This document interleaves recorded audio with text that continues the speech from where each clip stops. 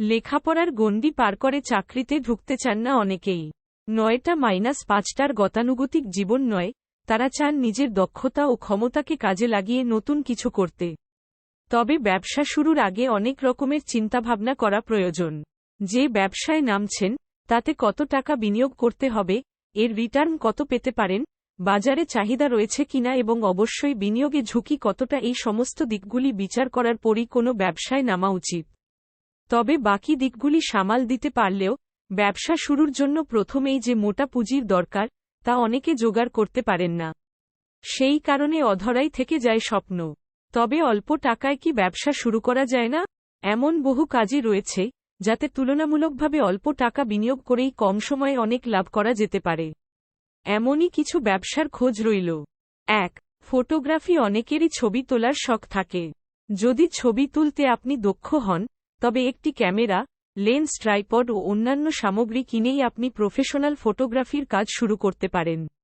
বর্তমান সময়ে দক্ষ ফটোগ্রাফারের চাহিদা অনেক এবং তাদের রোজগারও বেশ ভালো।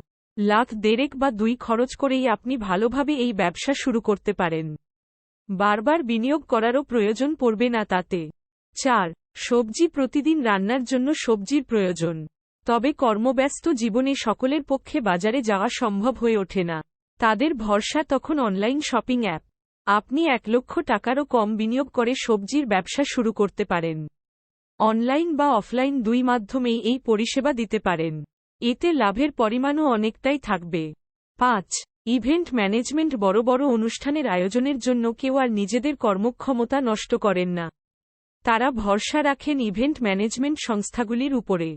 যদি আপনার বিভিন্ন ক্ষেত্রে প্রচুর পরিচিতি থাকে এবং কোনো অনুষ্ঠানকে সফল করার মতো দক্ষতা থাকে, তবে আপনিও অল্প টাকা বিনিয়োগ করে একটি ইভেন্ট ম্যানেজমেন্ট সংস্থা খুলে আয় করতে পারেন।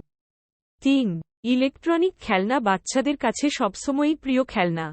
তাই এই খেলনা প্রস্তুত ও বিক্রি ঘিরে গড়ে উঠেছে বড় ব্যবসা। বর্তমানে দেখা যাচ্ছে ইলেকট্রনিক খেলনার চাহিদা ক্রমশ বাড়ছে। তাই কম খরচে এই ব্যবসায় বিনিয়োগ করতে পারেন।